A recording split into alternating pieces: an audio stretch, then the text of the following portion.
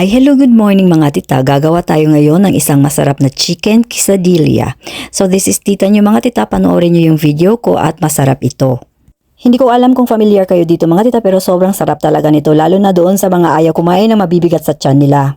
First thing is mag-boil lang tayo ng chicken mga tita. Lagyan mo ng asin, lagyan mo ng sibuyas dahon, white or black pepper mga tita, pwede na siya at consomme powder.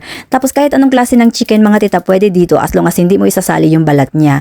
At dito mga tita, sinulat ko na rin yung mga recados niya na gagamitin mo. Ito lang yung mga simple na ginagamit ko. So ang una natin gagawin mga tita is gagawa tayo ng guacamole. Yung green is mashed avocado, yan siya mga tita. Lagyan natin ng white pepper, powdered garlic, tinadtad na sibuyas, lemon or lime mga tita, pwede na yan siya. Pwede din kalamansi dyan mga tita. Tapos hiniwa na maliliit na kalamansi at French dressing mga tita. Tapos ang last nating panlasa mga tita is nilagyan ko siya ng consomme powder ba para masarap-sarap siya. Set aside natin mga tita kasi gagamitin natin siya. Gawin nating sauce mamaya dun sa quesadilla natin. Tapos gawa ulit tayo ng mga tita, salsa. Hiniwang maliliit na kamatis, lagyan mo ng sili mga tita, sibuyas na tinadtad, white pepper, French dressing at asin mga tita. At lagyan mo din siya ng lemon, lime or kalamansi, pwede na dyan mga tita. Tapos set aside na lang ulit natin siya mga tita kasi nga gagawin natin yung sauce sa quesadilla natin. So ready na yung chicken natin mga tita, naka-boiled na siya. Hihimayin natin siya mga tita kasi ipapalaman natin yan doon sa ating tortilla mga tita. Gagawin natin quesadilla. More likely chicken breast ang gamit dito mga tita, kaso naubusan ako kaya chicken thighs na lang ang ginamit ko. So yung chicken mo mga tita, haluan mo lang yan siya ng sibuyas. Huwag mo nang timplahan mga tita kasi may sauce na tayo, 'di ba? Tapos doon sa tortilla mo, maglagay ka lang ng cheese mga tita. Mas madaming cheese mga tita, mas masarap siya. Naubusan lang kasi talaga ako ng cheese, 'di ba? Kaya onti lang ang nilagay ko.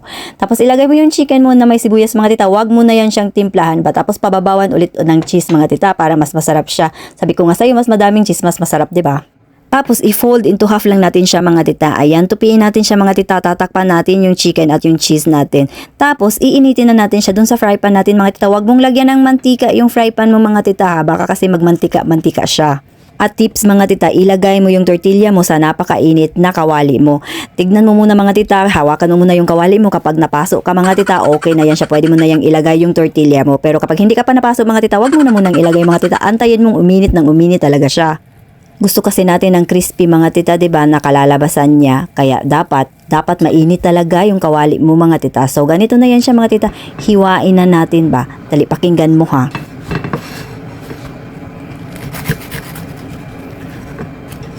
So narinig mo yun. Kung hindi mo masyadong narinig mga tita, lakasan mo pa yung volume mo. Baka may diferensya yung tenga mo. So tingin pa lang mga tita, nakakatakam na talaga mga tita. Mas lalo na kapag sobrang dami yung cheese niya. Naubusan lang talaga ako mga tita, kaya huwag kayong magreklamo ha. Tapos ilagay na natin yung salsa natin doon sa guacamole natin mga tita. Paghaluin natin sila. Ay naku, ang sarap-sarap niyan mga tita. Makakalimutan mo yung ex mo na nanloko sa'yo. Thank you for watching my video mga tita. Try mo to sa bahay mo. Or ipatikim mo din ito sa ex mo mga tita. Malay mo, baka bumalik sa'yo. So that is our quesadilla mga tita, tomato salsa at guacamole, 'di ba? Ngayon marami kang natutunan. You're welcome.